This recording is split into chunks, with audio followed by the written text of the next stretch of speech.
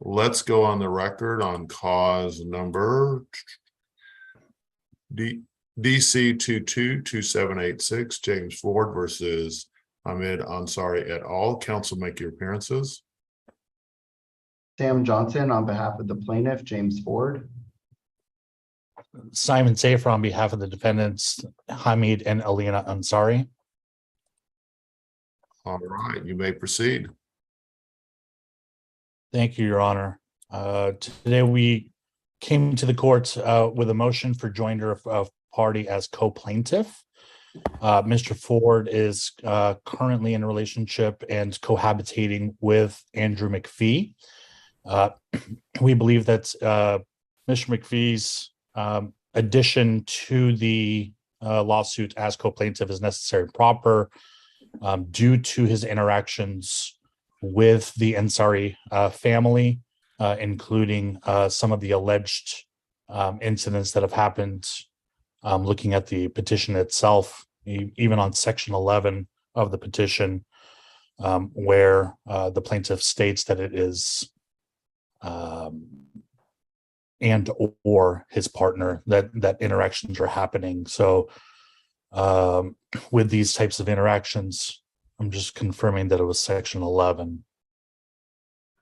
Correct. So in front of plaintiff and or his partner to areas immediately. So without going into any kind of evidentiary part of this, we are asking that Mr. McPhee is included into this as a co-plaintiff, where he was present and a part of the mediation process that had happened. So we do believe that there is more than just him being a cohabitation there. The plaintiff is also alleging intentional infliction of emotional distress, which includes Mr. McPhee in that part. If this is granted by the court, the counter petitions that we would be presenting to the court do include most incidences that include both Mr. Ford and Mr. McPhee.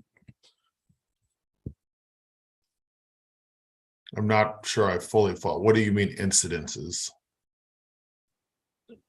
This is a neighbor dispute between two neighbors that live on adjacent land.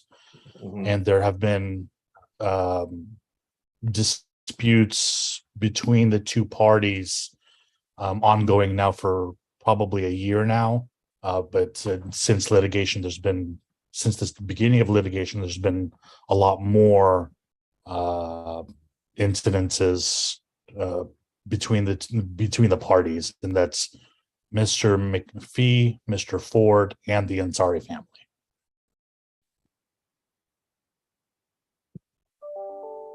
Okay. The response? Yes, Your Honor. Sam Johnson for the plaintiff. I don't think that, first of all, I'm not sure there's a rule that respectfully that permits the court to force someone to be a plaintiff in a lawsuit. For example, I don't know how that would work. What would that citation look like, for example? The rules that are cited and the rules that exist are for the situation where the proposed non-party to become a party may be liable for either to the existing plaintiff or defendants for the existing plaintiff's claims. So there's no rule that's cited in the motion that would even allow this. Beyond that, in our response, we laid out for the court that Mr. Ford and Mr. McPhee are partners. They're not married. The deed only shows Mr. Ford as an owner of the property. So Mr. McPhee has no real property interest in the home or the land that it sits on. And while we do have a claim for IIED pleaded, at the end of the day, this is a property line dispute. And so the only appropriate parties are the owners of the properties it involved. Even the language in the petition about the IIED, and I don't want to give even too much time to that because I don't think it's informative, but it still only discusses a harm to the actual plaintiff. There's nothing that says that Mr. Ford is suing for any alleged harm to Mr. McPhee. So I don't see any basis under law or fact where this court could order Mr. McPhee to join as a plaintiff in the case. Yeah, this is, so I guess you're looking at Rule 38. It says at any time after commencement of the action, a defending party as a third party plaintiff may cause a citation and petition to be served upon a person not a party to the action who is or may be liable to him or to the plaintiff for all or part of the plaintiff's claim against him. The third party plaintiff need not obtain leave to make this service if he files the third party petition not later than 30 days after he serves his original answer. Otherwise, he must obtain leave on motion upon notice to all parties in the case. So I'm trying to figure out based on your motion, because it's very, very skeletal here. You say that you want to add McPhee, I guess, as a co-plaintiff in the case. I agree. I don't know that you can do that. You could add him as a co-defendant, but not, I don't know that you can compel him to be a co-plaintiff. And so what are you trying to do here, Mr. Saffer, so we have a better feel for what's going on? Yes, Your Honor, thank you. And we, in mediation and in other instances, Mr. McPhee has held himself out to be more than just a partner in a relationship, where he is speaking on behalf of Mr. Ford as if, they are in a either common law marriage.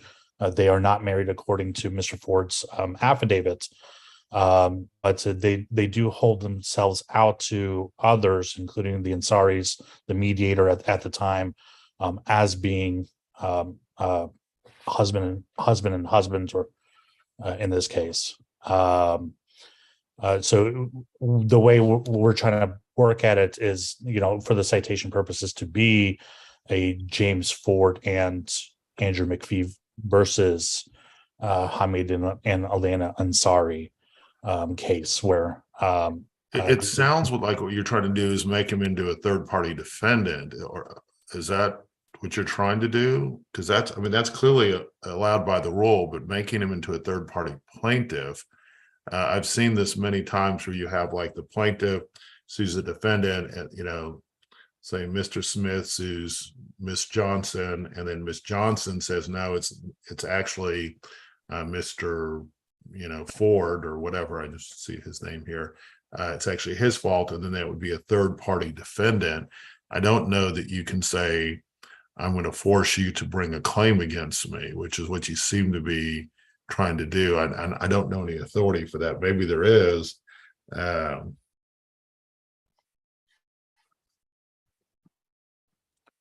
Yes, Your Honor, and I understand and agree with what you're saying about it being a third party defendant. We were just looking at rather than having to open new litigation against Ford. You don't need to open new litigation. You just need to. You will need to serve him, but you can do it as part of this lawsuit. You can just add him as a third party defendant. But you'll have to issue citation because he's not currently in the lawsuit. So you'd have to issue citation just like you would in any other type of petition. What you filed is not sufficient to do that. So you would need to file a new motion for leave. If Mr. Johnson agrees to it, I don't need to have another hearing, but your motion currently is insufficient, and I can't grant it at this point. But if you want to refile it, do a little more research about, Rule 38. When is the trial setting on this case? February 23rd, I think. The first. No. Time is kind of the essence, but you can file a new motion for leave, add them as a third party defendant. And then again, if Mr. Johnson agrees, I'll do an agreed order. If he doesn't agree, then you need to set a new motion, a new hearing on this. There might be some other basis to object to it, but what you filed at this point is defective, and so we're going to have you refile it. All right. Anything else, guys? Not for the Nothing plaintiff, Your Anything Honor. else, Your Honor? All right. You guys be safe. Okay. You too, Judge. Thank you, Your Honor.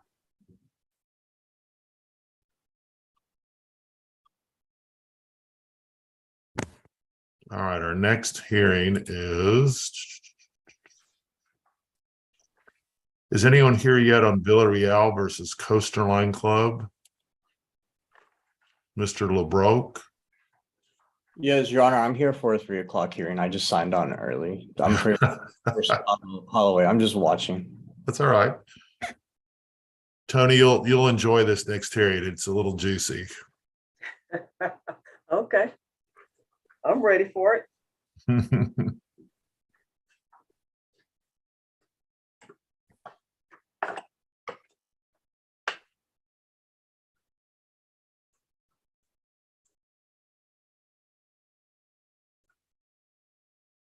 I'll be right back, guys.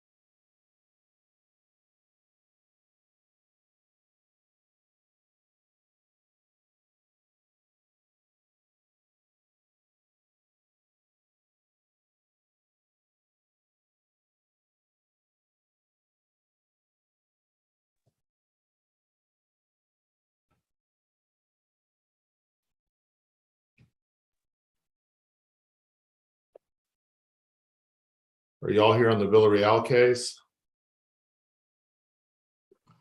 Steve East on behalf of the plaintiff and intervener.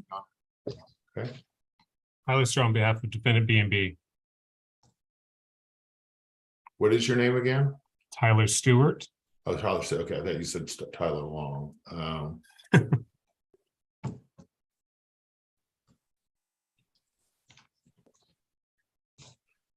I know we have one more party. Are y'all expecting them to be here? I don't know, Your Honor. Your Honor, I don't know either.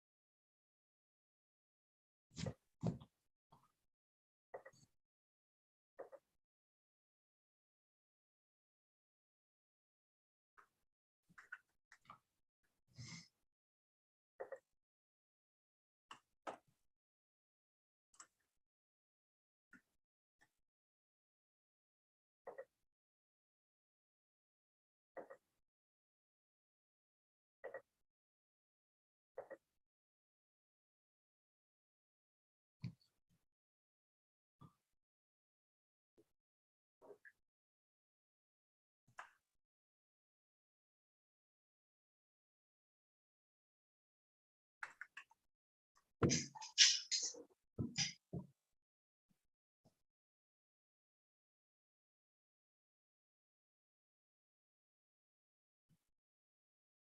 right, we want to just tell me when you guys, I guess it's not quite 2 yet.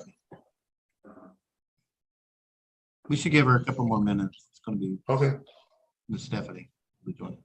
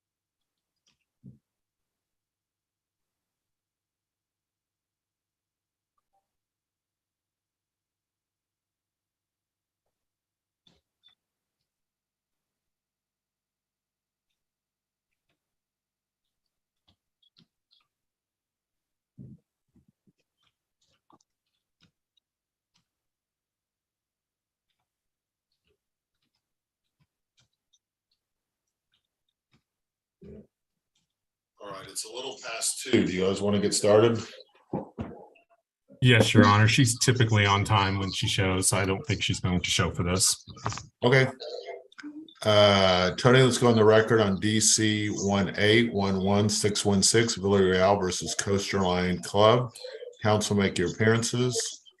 Steve Eason on behalf of the plaintiff, Rebecca Villarreal, and the intervener, Nancy Cardenas, on behalf of the minor child. Tyler Stewart on behalf of defendant B&B Dining Services Stemmons, Inc.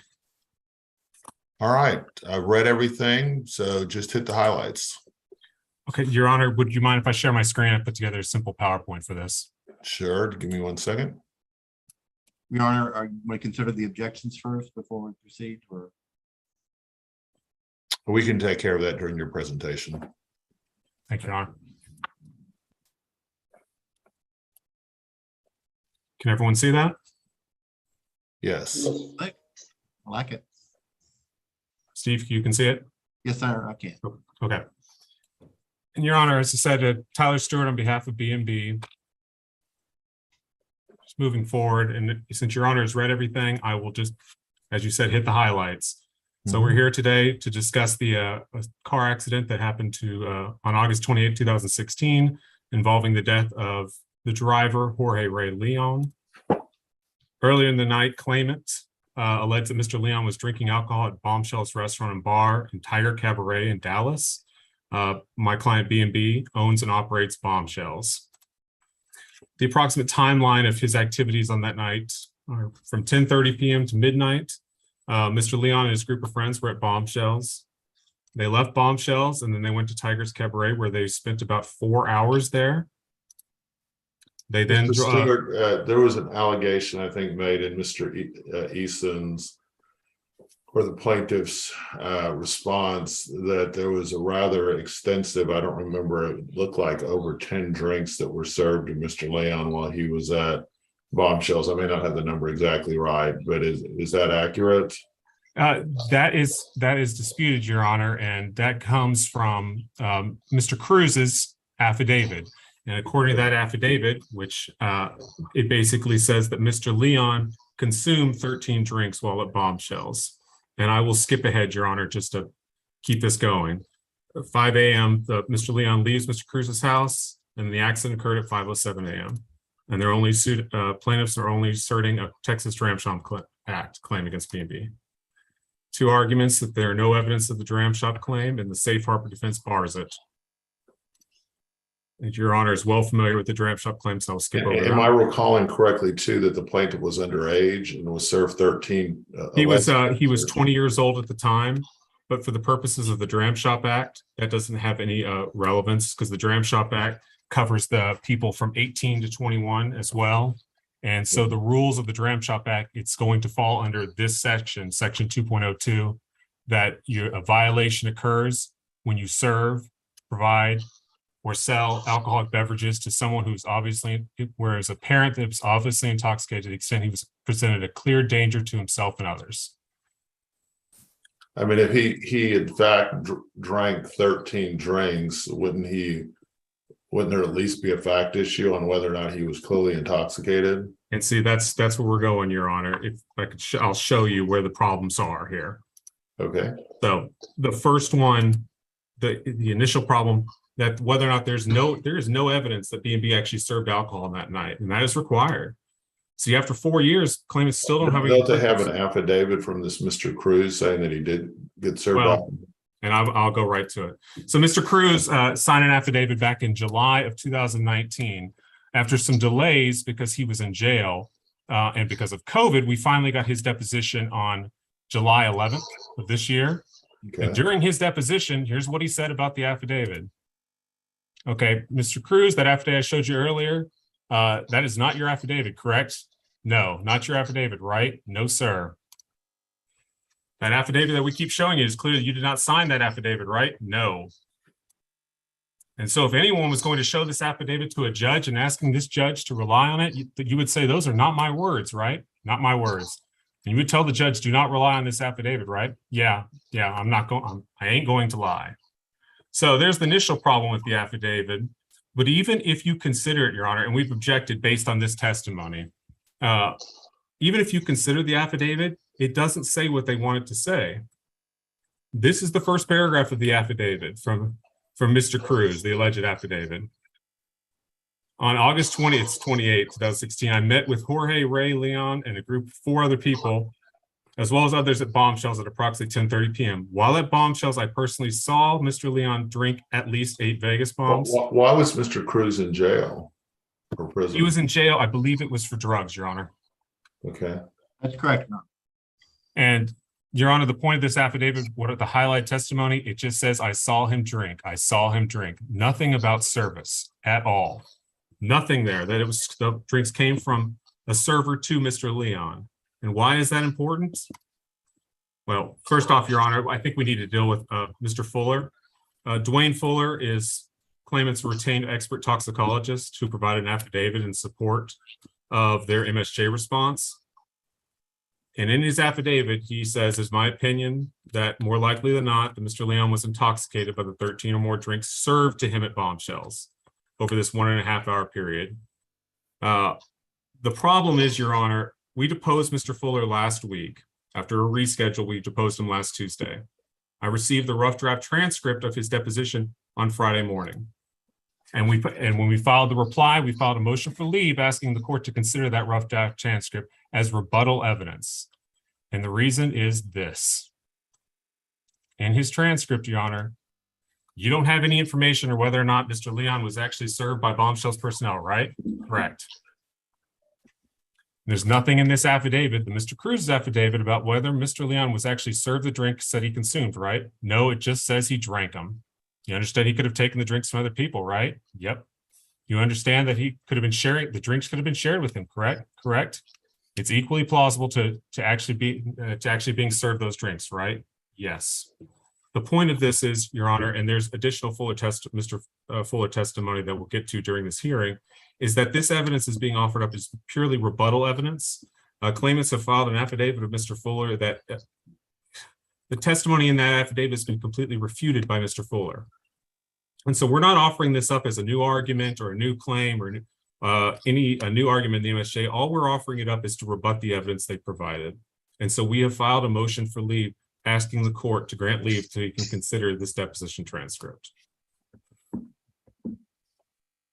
Okay. The importance of not having any evidence of service comes with the next element. Plaintiffs have got to prove that it was apparent to the provider, the person serving the alcohol, that the individual being sold, served, or provided was obviously intoxicated to the extent that he presented a clear danger to himself and others. Without any detail on the alleged service, who served him and when, it is impossible for claimants to prove that it was apparent to the server that Mr. Leon was obviously intoxicated to the extent he presented a clear danger to himself and others. There is no evidence in the record of that at all. So instead, since they don't have any evidence of the server, who served it, when it was served, how Mr. Leon was acting when it was served, claimants argue that based on the alleged number of drinks that Mr. Leon consumed, it would have raised his blood alcohol content high enough that he would have been obviously intoxicated when the service occurred. The problem with that, Your Honor, is an individual's BAC is not the standard of liability under the Texas Dram Shop Act. The obvious intoxication is. In our reply, we cited a case that basically says that Ryan's blood alcohol concentration, is evidence that Ryan was intoxicated at the bar, but dram shop liability requires that the intoxication be obvious. And we've also cited another, that's from Davis versus R.5. We've also cited J.D. Abrams versus MacIver that notes that the dram shop standard of obvious intoxication is more difficult to prove than legal intoxication. Legal intoxication is basically, it's illegal to operate a vehicle above a BAC of 0.08 or more. The importance of that is because claimants in their MSJ response cite this TABC chart that we've objected to, but this TABC chart for basically showing whether what drinks do to someone's BAC just shows that for a certain number of drinks, you could be considered legally intoxicated, but that's not obvious intoxication, Your Honor. Obvious intoxication, it has to be visible, evident, and easily observed. There's no evidence in the record of that. Claimant's other proof of obvious intoxication comes from Mr. Fuller. In his affidavit, he said it is likely that Mr. Leon was showing visible signs of intoxication prior to leaving Bombshells due to his elevated and still rising BAC, in part due to what is known as the Mellenby effect. The problem with that, Your Honor, is from the deposition. And we talked about earlier, you can't say for certain that it's more probable than not that he was showing signs of visible intoxication, right? Correct. Right. I mean, that's a different standard that it says for certain as opposed to more likely than not, right? He says it is likely in the affidavit. And that is his standard, that it's 51% or more is when he can say it's more likely than not. And as you can see from the second part of the cited testimony, Your Honor, discussing this opinion right here, it is likely, starting on line 25, it is likely that Mr. Leon was showing visible signs of intoxication prior to leaving Bombshells. You see that? Yes. In the next paragraph, you say, while Mr. Leon may or may not have been showing visible signs of intoxication when at Bombshells, you see the discrepancy there, right? I do, and when reading this report, I'm thinking that why did I say that? So which one is it? I think I would scratch it as likely. I would just say, skipping down to the highlighted questions. Okay, so you would withdraw the opinion that he was likely showing signs, right? Yeah, I don't think I can support that. That is the reason we moved for leave, so Your Honor can consider this deposition transcript. That it's basically rebutting the affidavit they have put into evidence, saying that Mr. Leon was showing signs of intoxication while at Bombshells. There's just no evidence of that anywhere in the record. Moving on to the last element of the Dram Shop Act. It's the approximate cause, and I'll be brief about this one. In their MSJ response, plaintiffs or claimants argued that it would be foreseeable to Bombshells to serve that amount of alcohol to Mr. Leon, and then an accident occurs. The problem with that argument, beyond the fact that Mr. Cruz has denied his affidavit, is that that's proof of foreseeability. They have no proof of cause and fact. They didn't offer anything. So that's their argument in the MSJ response. And if you look, no argument in cause and fact that the alleged alcohol that was served, Bombshell's alcohol, was a substantial factor in bringing about the accident, and without which the accident would not have occurred. It is undisputed that the accident occurred over 5 hours after Mr. Leon left Bombshells, and he continued to drink after he left Bombshells. Claimants cannot breach that gap, and they don't have the evidence to show that. So here's what we're left with, Your Honor, for the dram shop claim. It's basically piling inference upon inference. And in their MSJ response, claimants repeatedly state that all inferences are to be ruled in favor of the plaintiff and the intervener, which I understand that. This is an MSJ hearing. But they're asking you to infer that Mr. Cruz's affidavit is true, that B&B served alcohol to Mr. Leon that evening, that Mr. Leon displayed obvious signs of intoxication that evening, that those signs were apparent to Mr. Leon's server at the time of service, that Mr. Leon's intoxication from B&B's alcoholic beverages caused or contributed to the subject accident. And Your Honor, the case law that we've cited, that's too many inferences there. A vital fact may not be established by piling inference upon inference, and the evidence must transcend mere suspicion and conjecture. That's all we're left with, Your Honor, for this dram shop claim. For 4 years, there's just no evidence in the record that B&B served him, and when he was served, he was showing signs of obvious intoxication. That is the argument on the dram shop claim. But even if they establish the dram shop claim, Your Honor, the safe harbor provision bars that claim. As Your Honor is aware, the safe harbor provision eliminates the vicarious liability for the actions of a server for the employer. If the employer, B&B here, meets 3 elements. 1, the employer requires its employees to attend a commission-approved TABC seller training program. The employee who has actually attended such a training program, that's the employee who served. They don't have any evidence of who that employee actually is, if the employee actually did serve. And the employer has not directly or indirectly encouraged the employee to violate such law. In our MSJ, Your Honor, we offered up the affidavit of Scott Sherman for these first 2 elements. As you can see from Mr. Sherman's affidavit, which was unobjected to, B&B maintained a policy requiring all Bombshells employees involved in the sales, service, or provision of alcohol to have attended a seller training program approved by the TABC. That's the first element, Your Honor. And because they have not identified the actual employee at issue, Mr. Sherman's affidavit basically explains that all employees involved in the sale, service, or provision of alcohol had previously attended a TABC's approved seller training course. And it was also noted in there that there's certain employees listed on the login sheet who would not be involved in the service of alcohol, like kitchen managers, cooks, dishwashers. So they wouldn't have to attend a TABC approved seller training program. In their response, claimants seem to argue that we did not provide all of the TABC certificates for all the employees working that night. That is not what's required under the rules, under the defense. The defense only requires the employee at issue. They can identify the employee issue. So we identified all the employees who might have been involved in alcohol service. The third element is claimant's burden. They have to prove that B&B has directly or indirectly encouraged its employee to violate the law, like, for example, overserve. And there's just no evidence of this in the record. They do have 2 arguments, Your Honor. The first one is that B&B encouraged its employees to serve the 20-year-old Mr. Leon a vast number of drinks within a short time span. Here's the problems, Your Honor. It assumes that B&B's employees actually served Mr. Leon. We've already discussed that. It also assumes that B&B's management was aware of this improper service. There's nothing in the record about that. And it also relies on the actual subject violation, the serving to Mr. Leon, to show encouragement. And the safe harbor defense exists to preclude the employer's liability for an employee's violation of the liquor law. It would be completely meaningless if the violation that we're here to discuss giving rise to the lawsuit would establish encouragement. It would the safe harbor defense would never be in play, ever. And claimants don't cite any legal authority for their argument.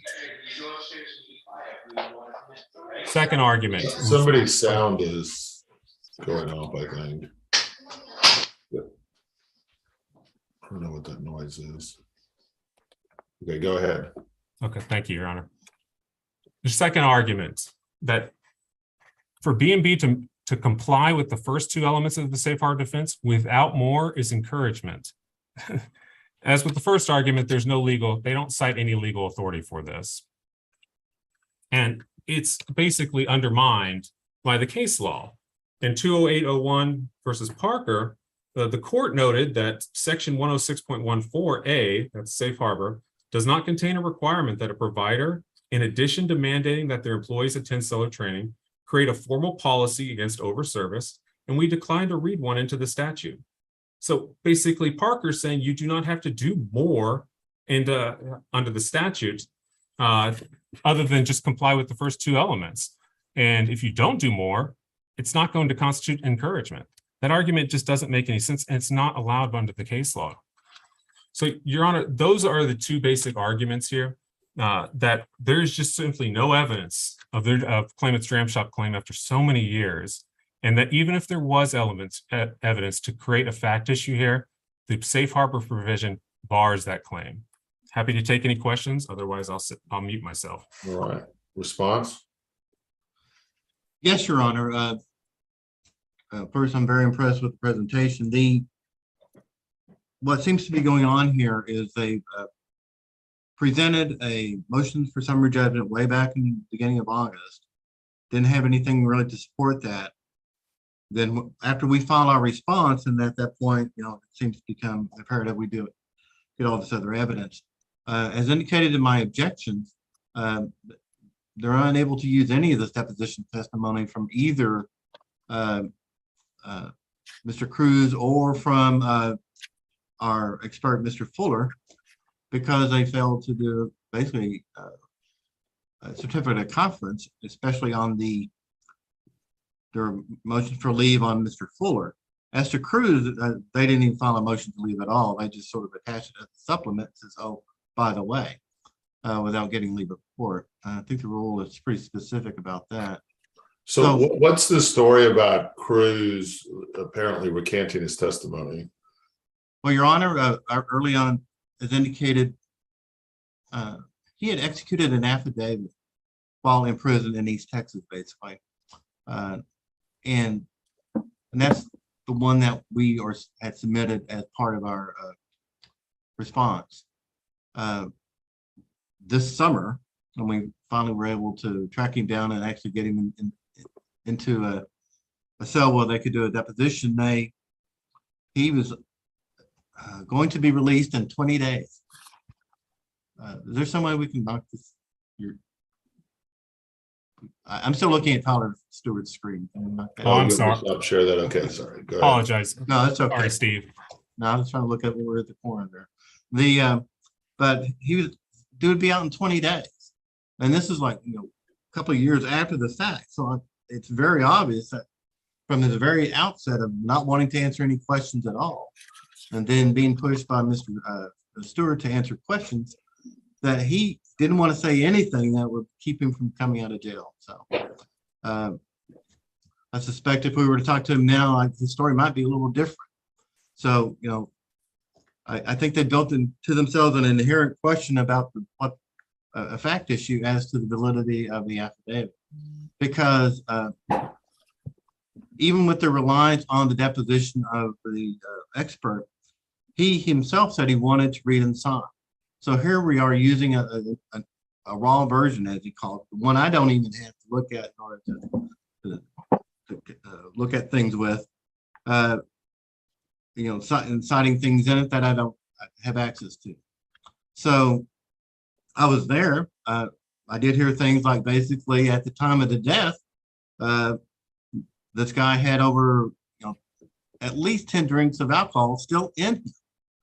So with that, it's kind of interesting to think that that all occurred within a short time period, and it's just physically impossible to do that. Let's see what else.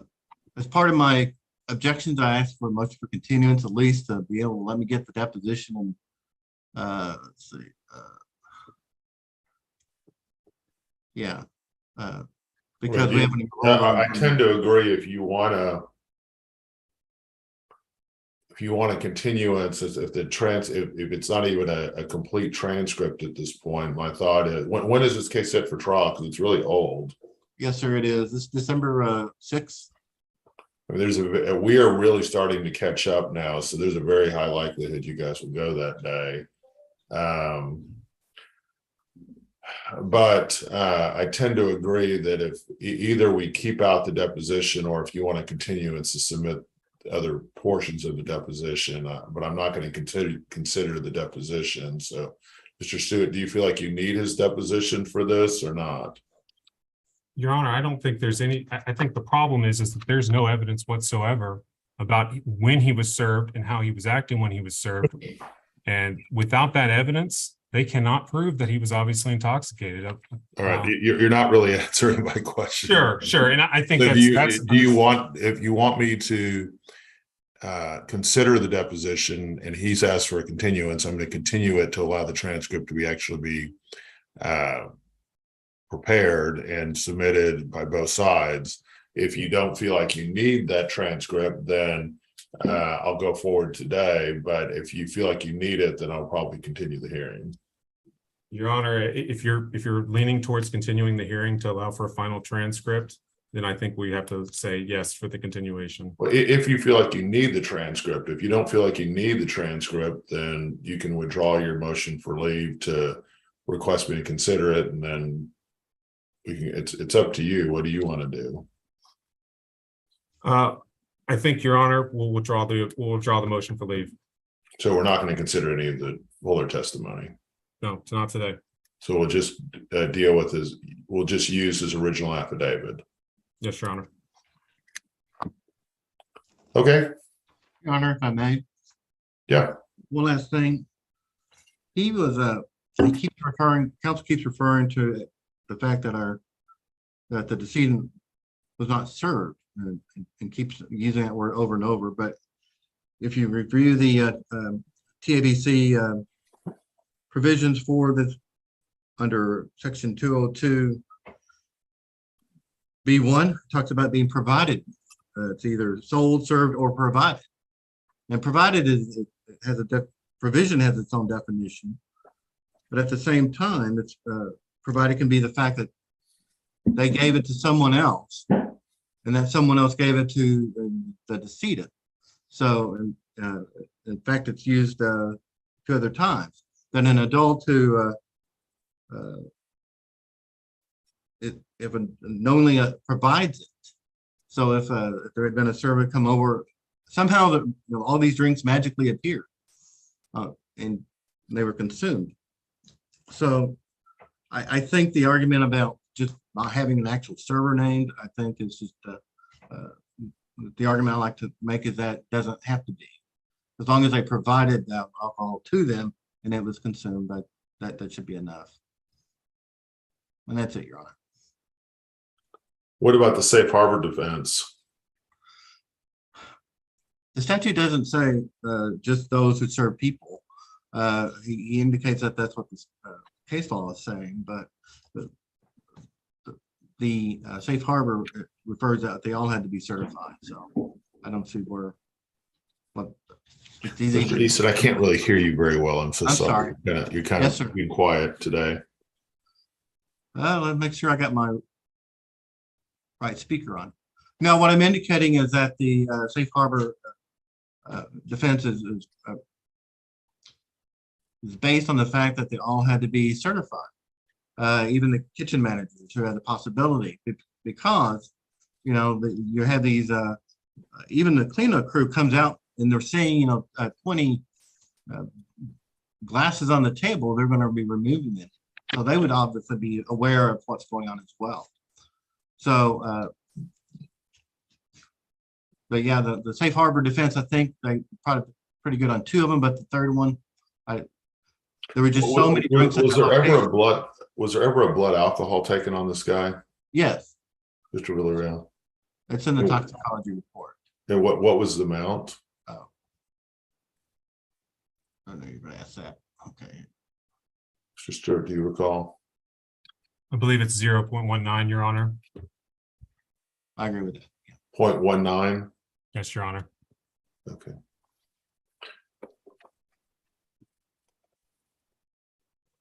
Yeah. I'll agree with that, Your Honor. That sounds right. At the time of death? Yes, Your Honor. Okay. And he went somewhere else after the bombshells, is that correct? He went to the house of Mr. Cruz. What? He went to Mr. Cruz's house. Okay. I thought he went to another bar, no? He went to Tiger Cabaret. Is that not? is Sorry, that- Your Honor. That's right. After leaving the, as indicated from counsel earlier, he left the bombshells location and then went to the Tigers. And that's a bring your own bottle, I guess, service. And then from there, he left and went to Mr. Cruz's house. Okay. All right, well, based on the evidence that was submitted and with Fuller's report, I'm going to go ahead and deny the summary judgment at this point. Let's take a look real quick. Did you guys submit an order on this? I will commend defense counsel, Mr. Stewart, on your presentation. I thought it was very good.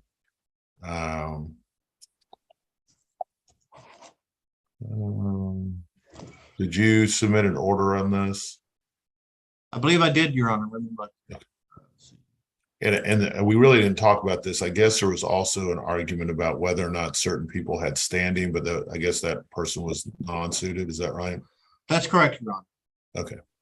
I'm Guys, go ahead and get me an order on this. It doesn't look like Mr. Easton, did you submit one? I don't see it. Maybe I'm missing it. I saw where I submitted one on the other summary judgment, but I'll tender one today, Your Honor. I'll submit it to you. Yeah, let me just check. Maybe I'm missing that. I'm here. I can hear y'all. Okay. Who is that? I'm Bobby Wolf. Okay. Are you here on the Villarreal case? No, I'm on the Bobby Wolf case. Okay. Okay. We're not to you yet. So there was a proposed order on the summary judgment for BMB Dining Services. That's a different defendant, right? No, that's this one. Let's see. Why doesn't it have this on here? No, it's got to be a different one. Okay, here we go.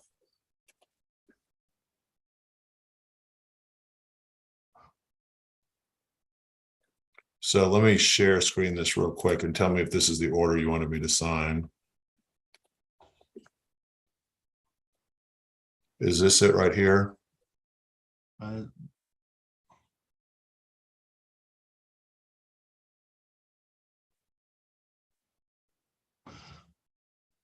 Yes, Your Honor, because that was the one that for our initial setting. Okay. And wait a minute, I haven't signed this. Let me see. Okay. All right, I'll go ahead. You don't need to submit an order. I'll go ahead and sign this one. And anything else today, guys? Nothing Your further Honor. at this time, Your Honor. Thank you for your time. Thank you. You have a great rest of your day and a good presentation, Mr. Stewart. Thank you. All righty.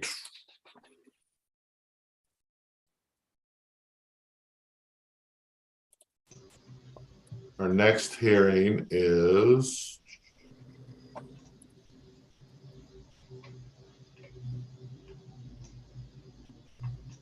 everyone here in U.S. Bank National Association versus Spencer? Yes, Your Honor, Philip Trainer. It'll just be me today. Okay.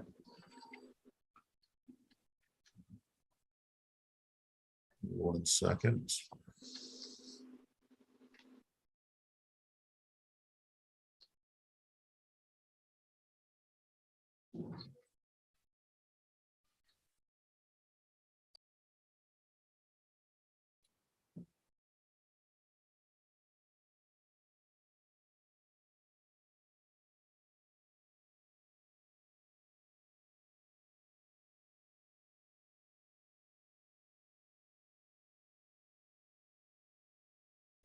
Yeah, there's just some minor things here. It doesn't look like it has a, the default judgment doesn't have a, let me just double check this. Oh, shoot. Something.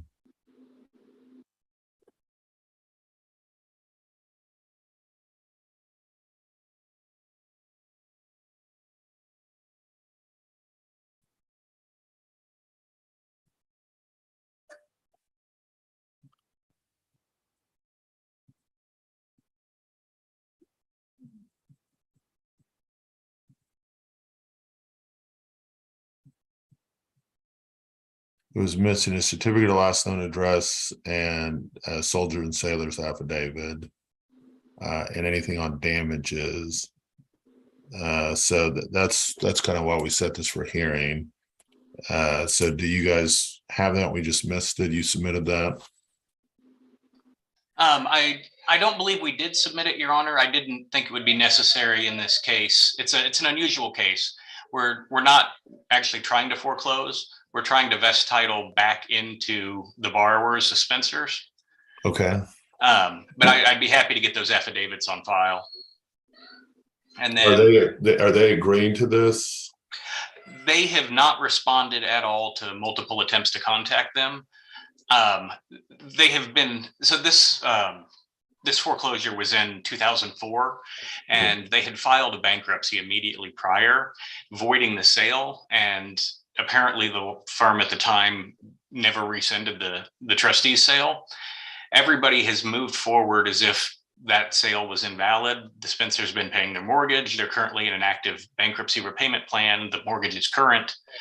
So I assume they don't have any objections to getting title correctly back into them.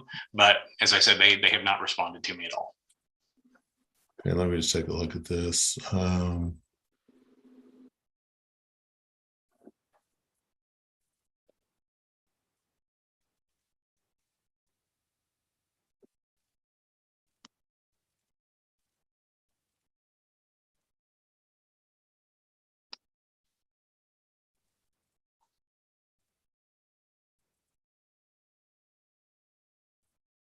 All right, given that, yeah, the kind of unusual nature of this, I'm going to go ahead and sign it. Thank you, Connor.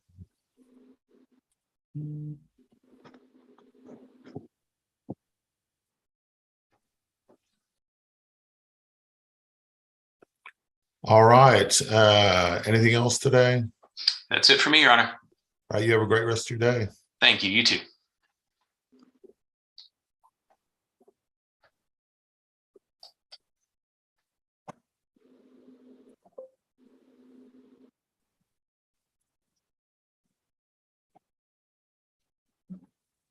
Our next hearing is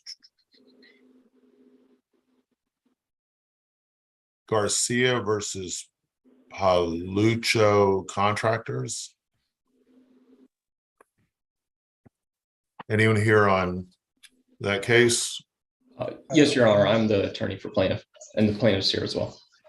Okay. Anyone here for Mr. Scott's office or Ms. Scott's office?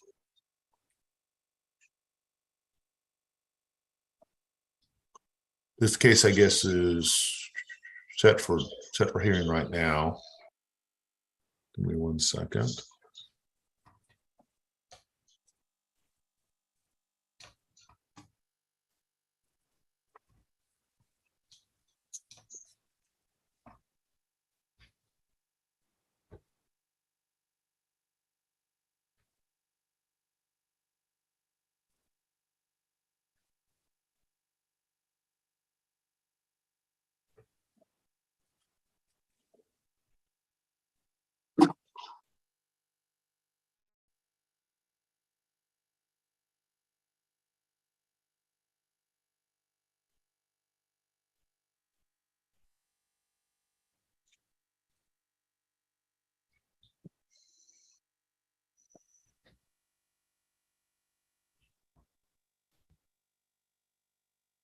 Okay, let's talk about this Garcia case. Do you expect the other side to show up for this? No, I do not, Your Honor. Okay.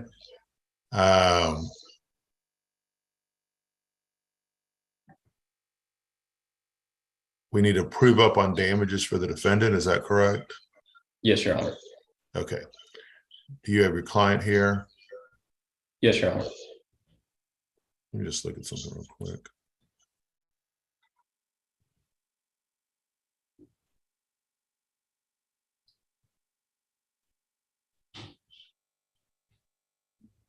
Okay. Go ahead and call your first, Tony, let's go on the record on DC 209212, Hector Garcia versus Juan Chapa et al. Counsel, make your appearances. Thank you, Your Honor. This is Casey Cochran with Carlson Law Firm, attorney for plaintiff Hector Garcia. Okay. All right, call your first witness. Yes, Your Honor. Plaintiff will call Hector Garcia as a witness. He's going to need to turn on his video. Mr. Garcia, you need to turn on your video. Yes, sir. Yes, Your Honor. I have problems with my phone.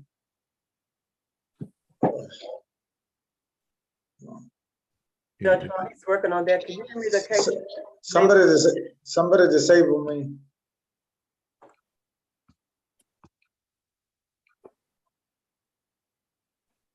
Somebody disabled my video. Who disabled your video? It says here you cannot start your video because the host has disabled it.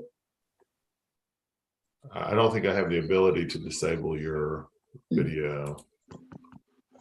Let me try. Let's see.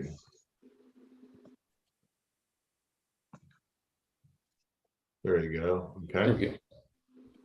All right, Mr. Garcia, please raise your right hand. Do you swear or affirm the testimony you're about to give show the truth, the whole truth, and nothing but the truth?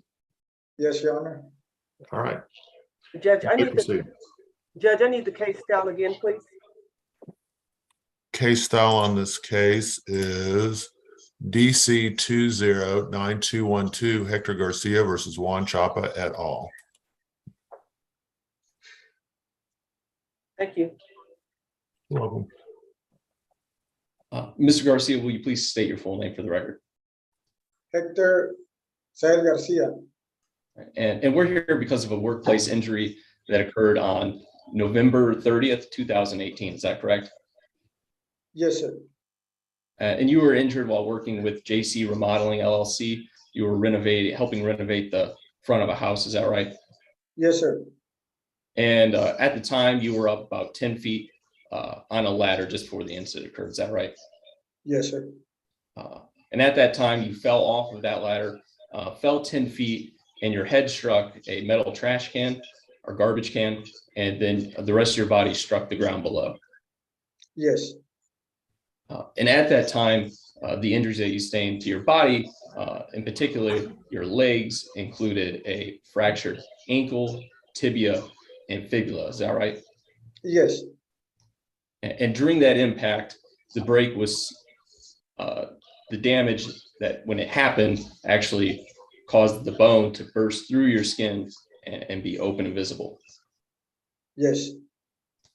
And at that point in time, an ambulance was called and you were transported to John Peter Smith Hospital.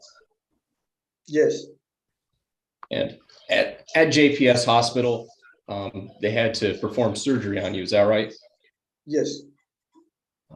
And that surgery, it's a external fixation where they drove pins and screw those into your bone down into the skin. You had multiple pins going around your leg. Is that right? Yes. And during that time, you got your pins. They discharged you with a wheelchair. Could you get around at that point in time, like walking? Yes, I was in a wheelchair, and from a wheelchair, they gave me a walker, and then from a walker, they gave me one of those trust. I don't know what you call those. They're wrapped up right here in your hand. It was a process that I was going to walk again, because I was not going to be able to walk again. And over the course of several months after this incident, you were seen at Parkland Hospital. Is that right? correct. And you had to keep following up for the pain that you were experiencing during this time. Yes. Could you briefly describe, the pain that you were experiencing, just after the incident happened? It hurts real, it hurts, it still hurts, and my leg is, some of my fingers toes are numb. And some parts of my foot is numb. And now my hip is hurting for the cause too. And you had to do several weeks of physical therapy, is that right? Yes, correct. And it took you had to stay in that brace with the pins and needles in your skin for about 7 months after the incident, right? Correct. And after that time, they had to perform a second surgery to pull those pins out and then install another type of brace. Could you describe that brace? Yes, it's kind of like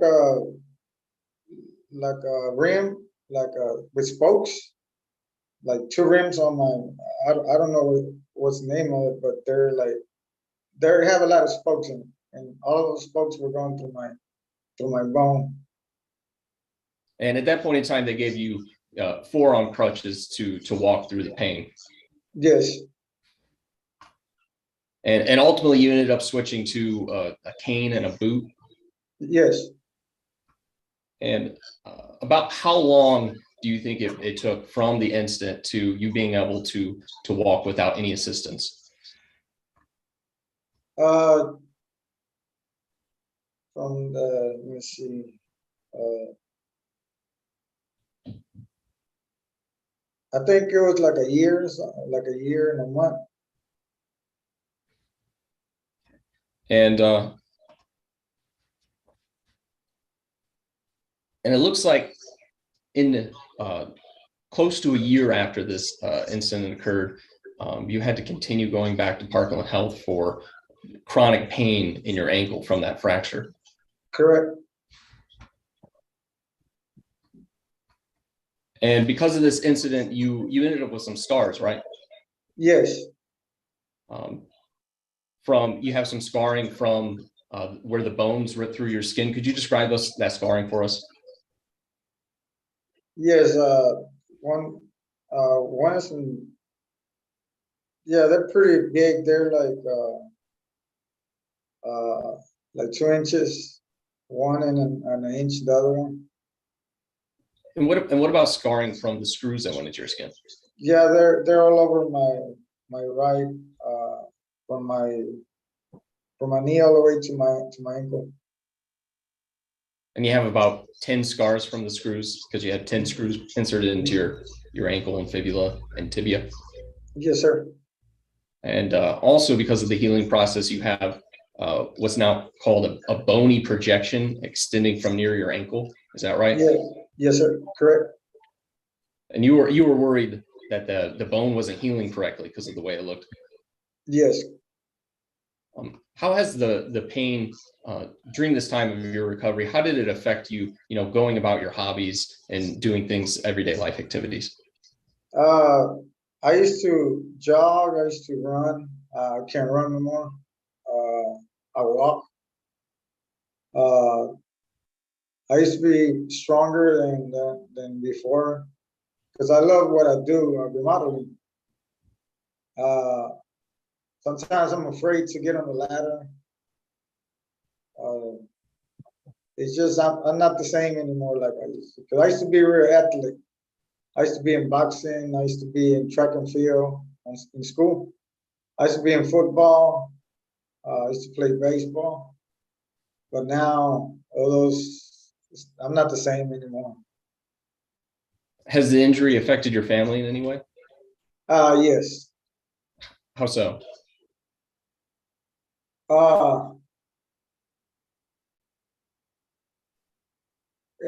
They don't see me the same like I used to. And all of the medical that you had, you incurred as a result of this incident you incurred $169,000, $169,982.52, correct? Correct. And because at this time, just after the incident, you were unable to go back to work, right? Yes, And you actually couldn't work during this time, and you were first able to start working around June 19th of 2019. Is that right? correct. And before the incident, you were working 40-hour days, Yes, and you made $16.50 an hour yes, at that time. And so in total, during that period that you couldn't work, you lost $18,480 in wages. yes, And the doctors have said that you're going to continue to experience pain in your ankle, right? yes, And you're going to continue to suffer impairment in that ankle. yes, And it's going to continue to prevent you from doing, hobbies and the things that you love. yes.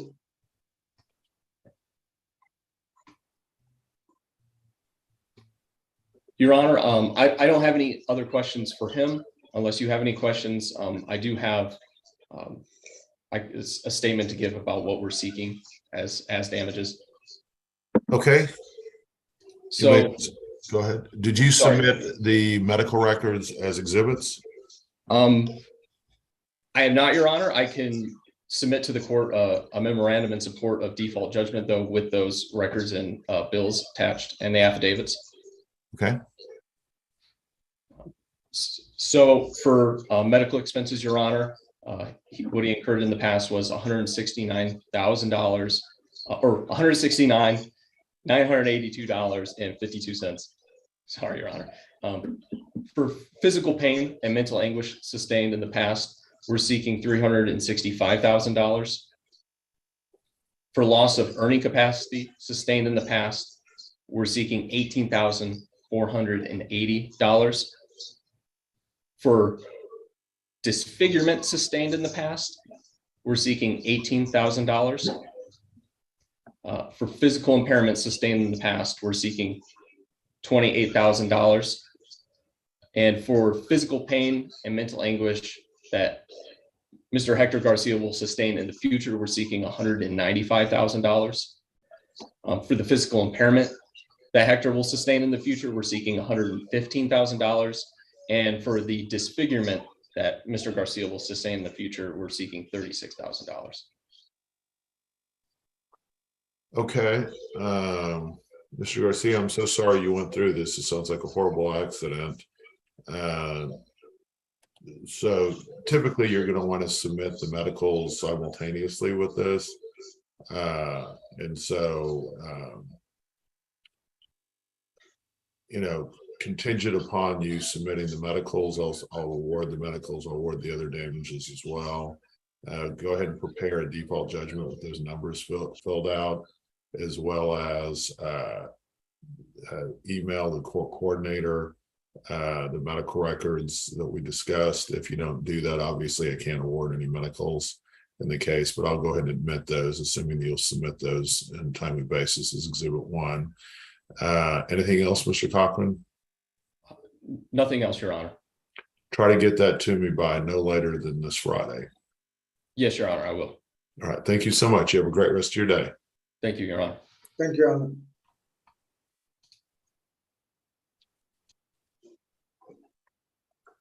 All right. Is anyone here on why Wilcac Life Insurance Company versus Confidential NA? Yes, Your Honor. This is Max Moran on behalf of Wilcac, and I believe Miss Wolf is here as well. Yes, I am. Okay. Can you see me? No.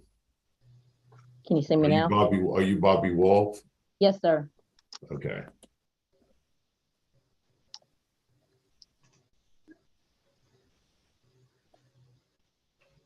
All right. Okay, are you guys here on a sale of annuity? Yes, sir. Yes, Your Honor. It's a transfer of rights under a structured settlement agreement. I guess the first question I have is, I have a standing order that requires you to fill out submit a number of different questions, basically, on my court webpage. I don't know if you've seen that, Mr. Moran. I don't know that I've seen that, Your Honor. Is it a requirement to submit the required documents under the Texas Structured Settlement Protection Act? Like No, the this is disclosure? something, this is my own policy.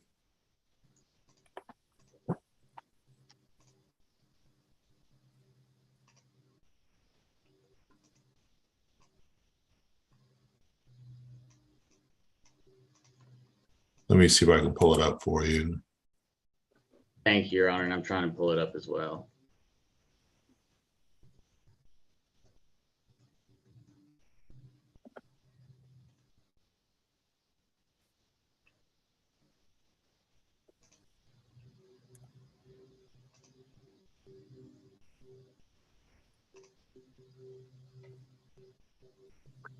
All right.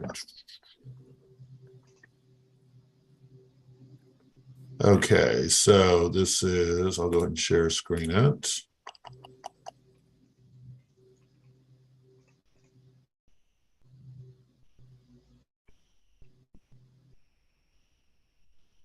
So this is on the court website. If you look under my standard orders. Yes, Your Honor. And on Friday, we submitted a proposed order that follows this form. Okay, but it requires you also 5 days before the hearing to submit the financial resources, income available to pay and or dependents other than structured supplement payments, the extent or amount of both pays, debts, and expenses, and those of our family ability to pay those, the asset. Have you guys already submitted all of this 5 days before the hearing? As far as the pays, debts, and expenses, I do have those, and I'm not sure that those were submitted 5 days before the hearing. I know that what we submitted was the disclosure statement, the redacted transaction documents. So I will check that. Yeah, don't feel bad, Mr. Moran. This is the first time you've done this in my court. Almost nobody gets this correctly. So what I typically do is just go ahead and reset this. I will say this, that I take my responsibility in this process very seriously, which is, the legislature has put judges in the situation where we have to make the decision on whether or not these types of transfers are actually in the seller's best interest. And very rarely do I find that they are, but the first step is to go ahead and provide all of this information. Yes, Your Honor, and I see that we filed the number 6, number 7, number 8, but I don't see that we filed number 1 under your standard orders here. Okay. Go ahead and just reset this. Go ahead and you'll need to comply with the standing order, and we'll take care of it at some future date. Yes, thank you, Your Honor, and thank you for pointing that out to us. We'll take a look at the standard order and comply with that. Okay. All right. And I'll just be honest that these transfers, again, I take my role very seriously, and it's frequently I find that these aren't in the person's best interest. So just be aware, but submit that, and then we can kind of see it. So all right, anything else? That's it. Understood. Thank you, Your Honor. Thank you. Nice to meet you, Ms. Wolf. Nice to You meet you. Good to see you, Mr. Moran. Thank Good to you. see you.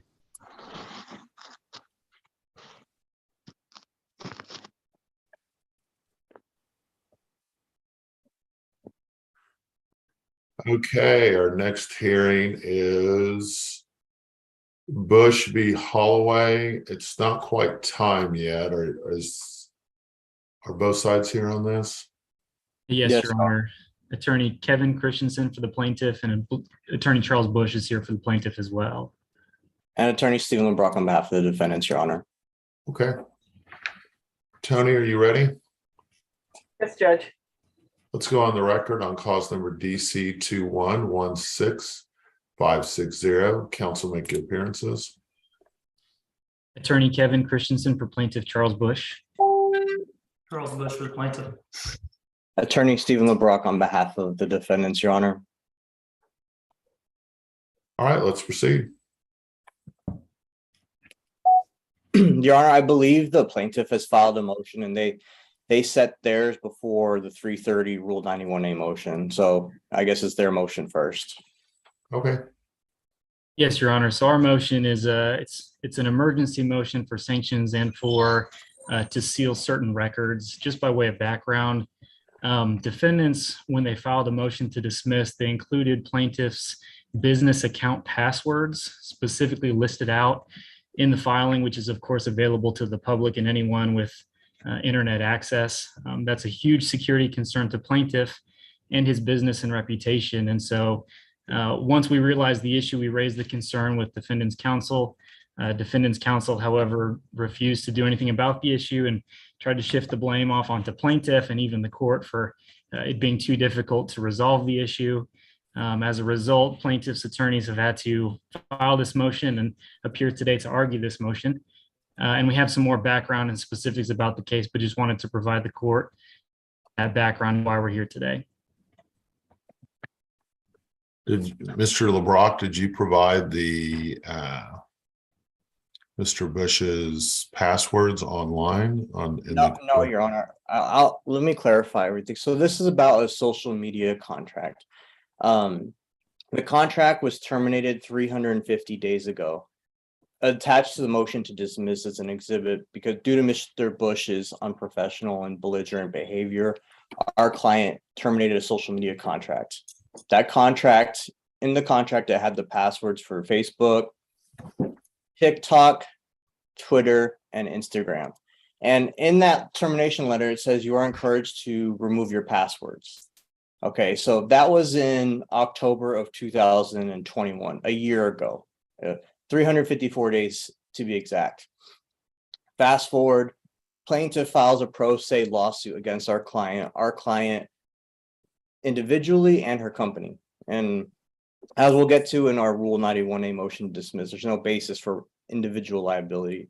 But anyhow, after the motion or after the lawsuit was filed, our client filed a Rule 91A motion to dismiss the baseless lawsuit that plaintiff filed.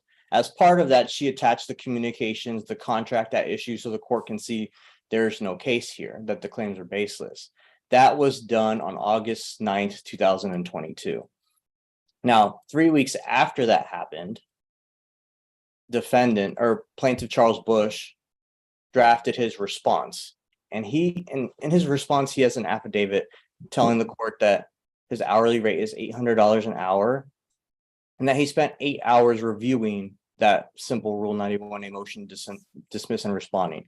At no time did he ever raise concerns about the fact that the defendant had filed attached a contract. So before we even got hired on this case, well, we sent plaintiff an email saying, look, you have a baseless lawsuit. This is a $2,500 dispute. It's pointless. And then it was like 11 o'clock at night, I guess it was his associate said, you need to remove all this. No, it was just out of nowhere saying you need to remove all this. Keep in mind, the filing was already done. So you can't redact something that's already been filed. And keep in mind, this contract ended over 300 days ago. So I don't know, you would have a contract with an individual and you would want them to keep your passwords. So I responded, just change your passwords. And then you're like, that's ridiculous. I'm going to file motion sanctions against you. I can't tell the court to redact something that was done a while ago, and you terminate the contract was terminated. Why would you want to keep your passwords the same anyways? Change your passwords. But instead of changing their passwords, they filed a motion for sanctions, asking for $5,000 in attorney's fees to file a motion to seal. So plaintiff should have just changed his passwords. Anybody would have changed their passwords if they ended on bad terms. So We believe their motion should be denied. So okay, let me, okay, we're going through a couple different issues here. So there was a motion to dismiss filed, and there was also a motion for, I guess, kind of a counter motion for sanctions and the seal. So,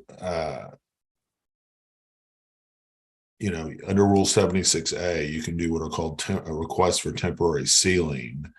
And then you have to do a posting and do a permanent sealing. Mr. LeBrock, you can request certain documents to be sealed. The clerk's office in Dallas County, at least, can, like, let's say you file a response to a summary judgment and it has confidential documents in it, you can seal that entire document. That is possible to do. You're right, it can't be redacted.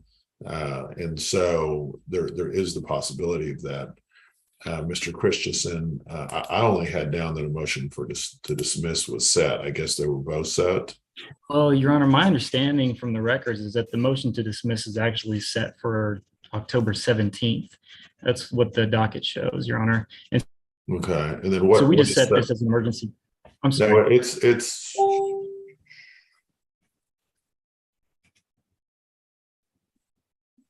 okay. So it's a little unclear how the Sure. courts did this. It looks like it's motion to dismiss regarding sensitive info in the motion to dismiss. Okay, so Sure. it was misnamed, I guess, by the clerks. It really should be a motion to seal, I guess.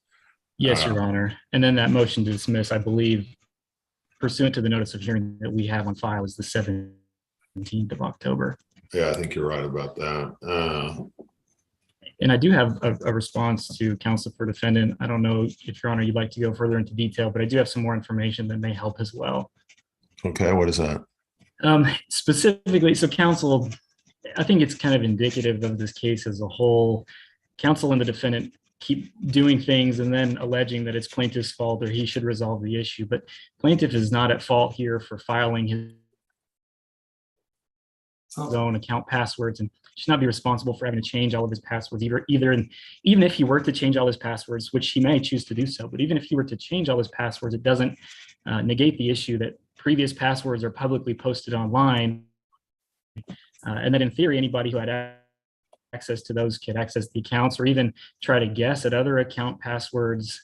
I mean, in addition to just whether the current accounts use those passwords is really irrelevant, the existence of those passwords, which if you take a look at, some of them are repeat passwords, as the average American, I'm sure, uses. And so by knowing what past passwords were, it's possible they could use that information to gain access to other accounts for which the passwords have not changed. And so what counsel for defendant is trying to say is that he needs to change all of his passwords, even though it's not his fault at all that it's publicly posted and that it was the defendant. And interestingly, in defendant's reply to our motion, never once did they claim that the information was not posted for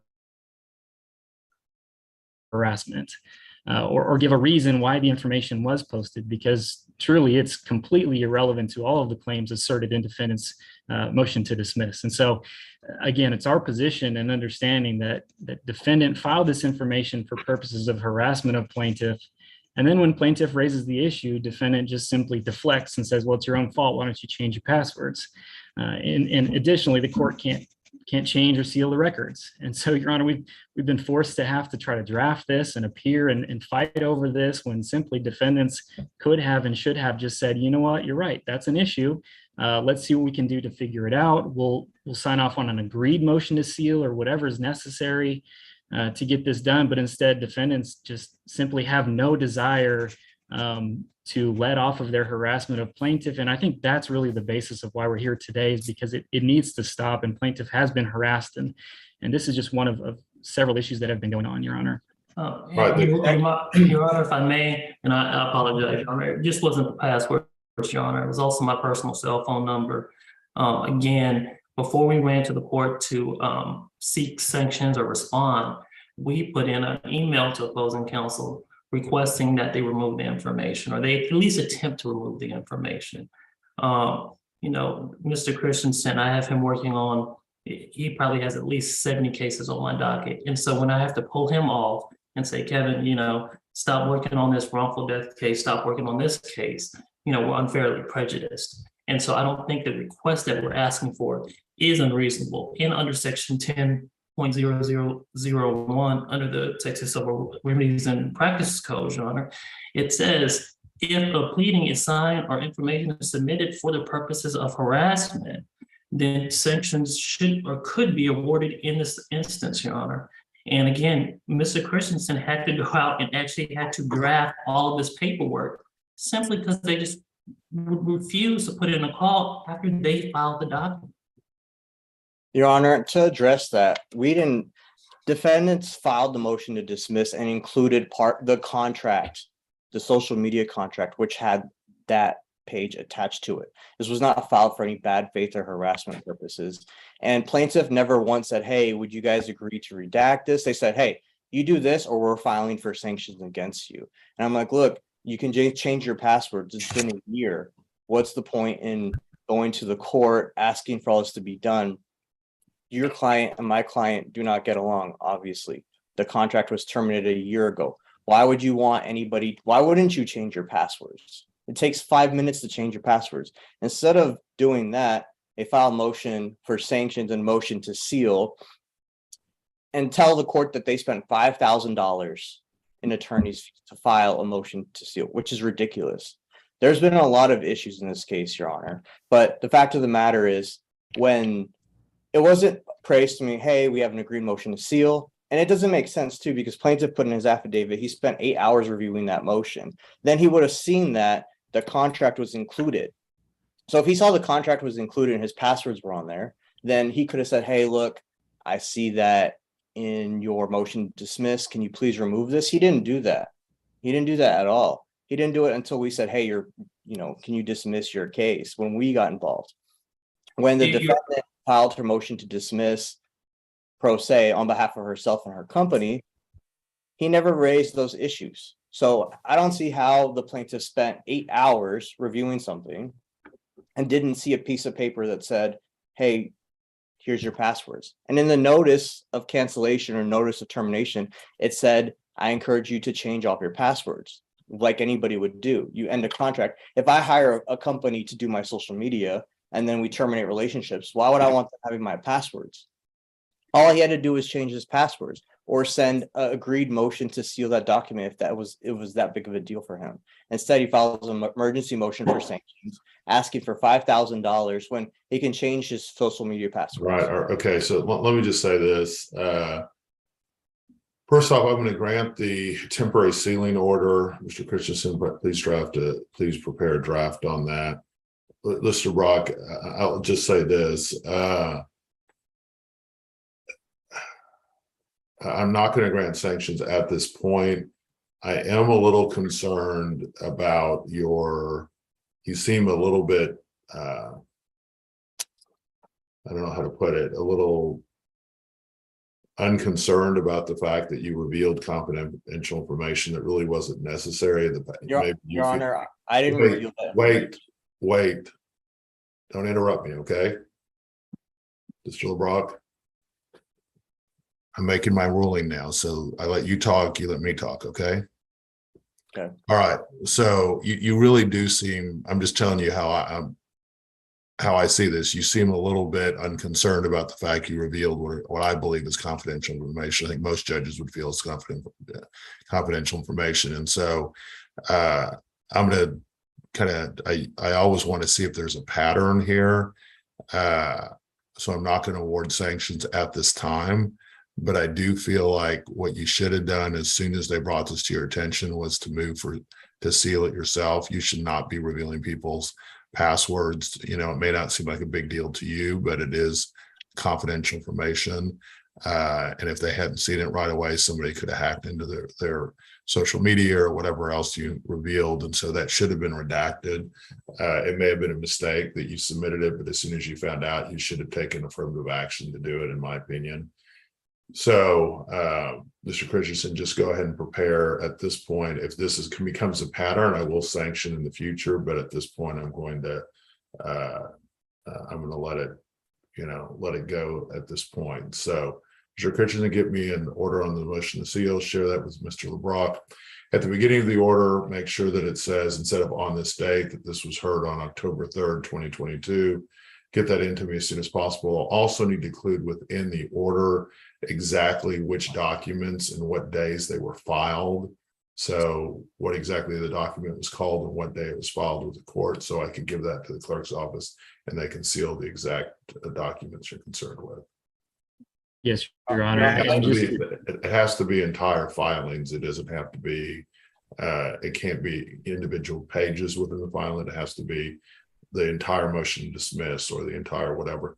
I also do not, and I don't think I can, seal orders. So if there's an order somewhere here, I can either withdraw it, but I don't think there's an order you're complaining. It's just a motion, right, with the attachments to the motion. Your Honor, may I clarify something just real quick? If I find what you're about to clarify about continues to show your lack of concern, I may end up sanctioning you, but you can continue if you'd like. I just wanted to tell Your Honor that I'm not the one who filed the private or confidential information. We just got on this case recently. It was filed in August 9th of 2022. So I just want to make it clear to the court that I didn't file anything that had confidential information on it. But it was your client that did. Yes, Your Honor. Okay, and it's your responsibility to take care of it when it's brought to your attention. So that's the point I'm trying to make. So, Your Honor, I understand. All right, anything else, guys? yes, Your Honor, real quick, just to confirm as well, because my understanding is that this will be a temporary sealing order. Right. I have to go through the whole 76A process if you want a permanent sealing order. Yes, Your Honor. And I guess my question is plaintiff going to be responsible to bear the burden of filing that and paying for attorney's fees to prosecute that and get that created? Of course, it's our position that because defendant created this issue, that they should bear the burden of getting this completed. We're happy to do it, but we would ask that we be reimbursed our attorney's fees necessary to kind of get that. Why don't you work with Mr. LeBrock on that? I'm hopeful that you two can work something out. Yes, Your Honor. Okay. And if it comes to it, he's continues to show this lack of concern, then I may have to award attorney's fees at that point. But this needs to be fixed. I agree with Mr. Bush that this should never have been filed. Whether it was, I guess it wasn't Mr. LeBrock's fault, but it was his client's and he's representing him. And, I would in all likelihood award sanctions directly against the client in that case. But I prefer to avoid doing that. This just needs to be fixed so that this is no longer part of the public record. Yes, Your Honor. Thank you. All right. Thank you, guys. Good luck. Thank you, Judge. Appreciate it. Thank you. All righty. Let's go to the next hearing, which is Granger v. Carter. Are all sides here on that case? Your Honor, this is Mark Seymour. I'm here on behalf of defendant Pilot Flying J. And this is Al Ellis, Your Honor, here on behalf of the plaintiff. Sadie Horner here on behalf of defendants PPS and Mark Anthony Carter. All right. Tony, let's go on the record on DC2. Are you ready, Tony? Yes, Judge. DC 2014959, Granger v. Carter. Counsel, make your appearances. Al Ellis for the plaintiff, Your Honor. Mark Seymour for defendant Pilot Flying J. Sadie Horner for defendants PPS and Mark Anthony Carter. All right. I've read everything, but you can go ahead and start your motion. Your Honor, our motion is a relatively simple one. As you know, Pilot Flying J filed a traditional and no evidence motion for summary judgment on the basis that Pilot did not have a duty and therefore plaintiff's claims must fail, and that plaintiff does not have evidence of certain essential elements of his claims. In the plaintiff's response, they dropped some of their claims, specifically the negligent retention, hiring, supervision claims. So I won't address those. But as far as the negligence claim and the gross negligence claim, Your Honor, this is a situation where my client, Pilot Flying J, hired an independent contractor, Premier Protective Services, to provide security services at some of their locations, including the location where this incident happened.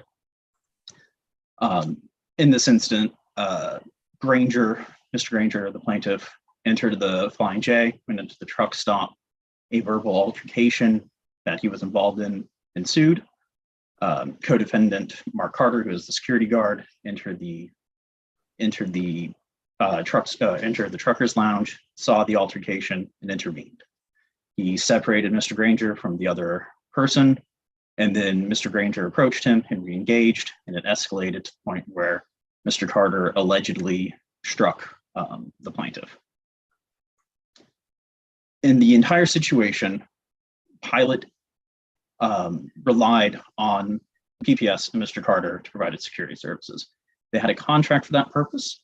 The contract clearly delineates that Mr. Carter and PPS were independent contractors.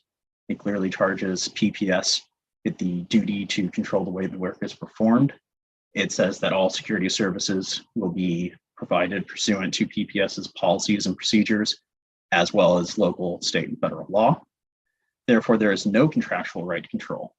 It just leaves the actual exercise of control, which plaintiff does not respond to. Our arguments that there was no exercise of actual control, so I'll not go into the evidence regarding that issue. They try to point to several provisions in the contract. Well, one provision in the contract that gives Pilot several powers under the contract, which is that Pilot can decide how many security guards, when they work, where they work, and can reject a security guard for any reason. Plaintiff attempts to argue that that gives Pilot control.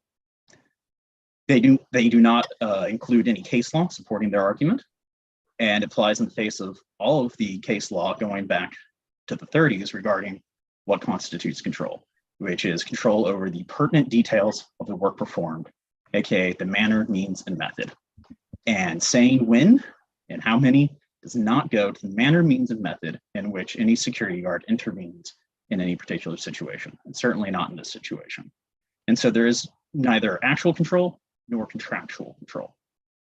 And without that, Pilot does not have a duty which they can be liable for breaching. As they don't have a duty, they couldn't have breached that duty, therefore there is no cause of action. And the final element of plaintiff's negligence claim is, of course, the breach of the duty proximately caused plaintiff's damages. In our no evidence motion, we say that there's no evidence of this, and plaintiff does not respond by saying there is evidence of this. They don't attach any evidence of Mr. Granger's damages. They don't attach any evidence showing he has any damages. They don't attach any medical records. They don't attach any testimony from any doctors. They do not attach any affidavits from any medical doctors showing that he was injured in any way, or that his injuries can be attributed to this incident instead of one of the other instances across his long medical history. Because of that, he has no claim for negligence. And without a claim for negligence, he cannot have a gross negligence claim. If the court believes that there is a mere scintilla of evidence on these elements, then we can turn to the gross negligence claim. He doesn't at any point identify any information that would show that there is conscious indifference on behalf of Pilot. Instead, all of his evidence shows the contrary. Pilot hired 2 security guards and a police officer to be at this location. And he doesn't show that that level of security is so lacking that it creates an objectively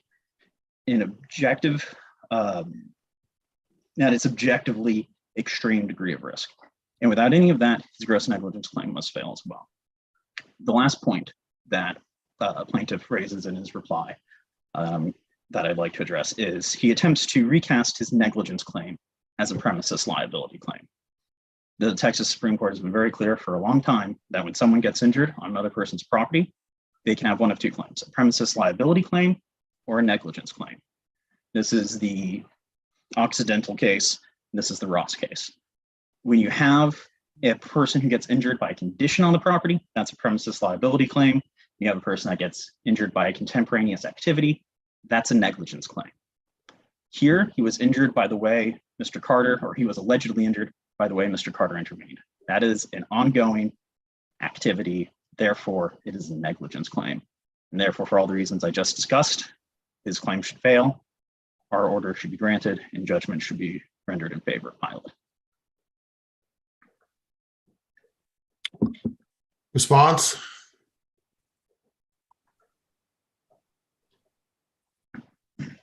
Oh, I'm sorry, Your Honor. Yeah, In regard to the claims together, negligence and premises liability, the one thing that is totally uncontested is the nature of the premises and the dangerous condition and unsafe condition that existed on the premises, which in fact made Pilot J decide to hire a security company.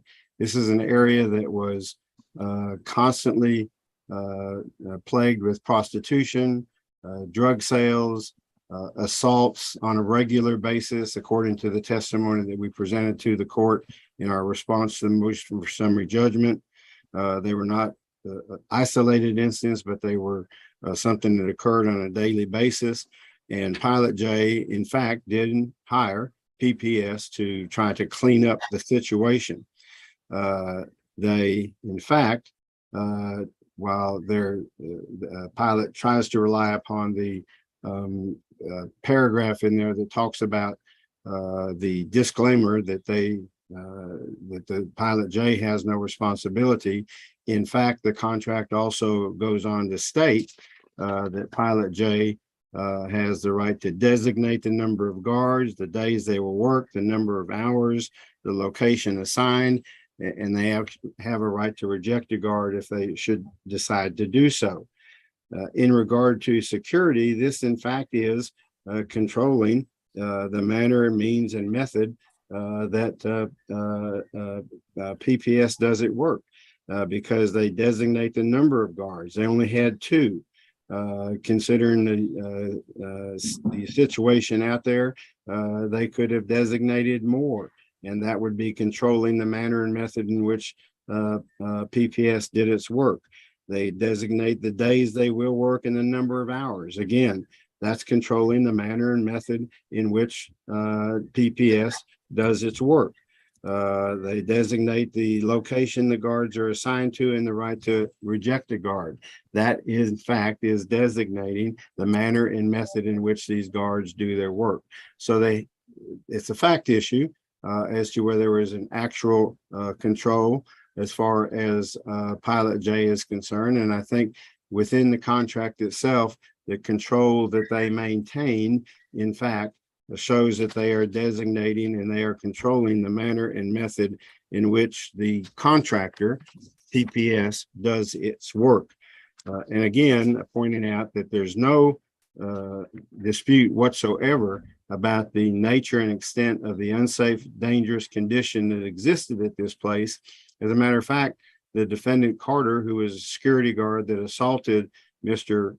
Granger, stated that when he first went to work, he asked not to be assigned there because he knew it was such a rough place to work. So I think there is a fact issue as to whether or not Pilot J had the right to control the manner, method, and means in which the security guards did their work. As far as the damages are concerned, whether or not the assault on Mr. Granger caused harm, injury, or damage to him was not specifically raised in their motion for summary judgment. And the first time they raised it in regard to injuries is in their reply to our response. So I would respond in 2 ways. One, there is the video that Pilot J itself presented to the court as summary judgment evidence, and that video shows that Mr. Carter, in fact, assaulted Mr. Granger. He fell to the ground, and obviously he was injured. If that's not enough to raise the injury issue, then I would ask the court for a short continuance for us to discuss the injuries and file the necessary affidavits to show that Mr. Granger, in fact, had injuries as a result of this assault. This was not, in my mind, a part of their motion for summary judgment. Their motion for summary judgment basically was the issue of the contract, lack of control, and whether or not Pilot J, in fact, pursuant to contract and then pursuant to conduct itself, had a control of the method and means of PPS performing their duties. I think the contract is clear that Pilot J has that right, whether they exercised it or not. Again, is a fact issue that the jury will have to determine either from the standpoint of negligence or from the standpoint of the premises claim, which is the dangerous condition that was created there, in which Pilot J actually, other than hiring a security company to put 2 security guards in place, did not much of anything to control that dangerous condition. So we think that there is more than a scintilla of evidence to prevent the summary judgment from being granted. And Mr. Seymour is right. We have conceded the negligent hiring, negligent supervision portion of their motion for summary judgment, and we're not contesting that. So they are entitled to summary judgment on that issue. Unless the court has some questions, I have nothing else to add to our response. Mr. Seymour, did you include this argument or this allegation on damages in your original motion, or did you not bring it up until the reply? I did, Your Honor. In paragraph 32 of our original motion, the final sentence of paragraph 32 reads, plaintiff has no evidence of the first, second, or third element of plaintiff's negligence causes of action. And preceding sentence lists each cause of action, including the third, as damages approximately caused by that breach. Here, damages means the whole gamut of damages. He has to have evidence of any loss of earning capacity if he's claiming it, any evidence of medical expenses if he's claiming it, pain and suffering. There's none of that. In addition, Your Honor, if I may respond to one other point. Mr. Ellis contends that our ability to say how many we would like and when we would like them to work is control, is not supported by case law. Our position is, in Ross, the court considers a very similar situation in which a plaintiff sues a security guard, security provider, and an apartment complex because the security guard injured someone on the apartment complex. Made very similar arguments about saying where they were going to work and when they were going to work. And the court dismisses that as being part of their duties and not part of the control. He also points out that, we don't contest that the premises was dangerous and had regularly had crimes such as prostitution, vagrancy, and assault.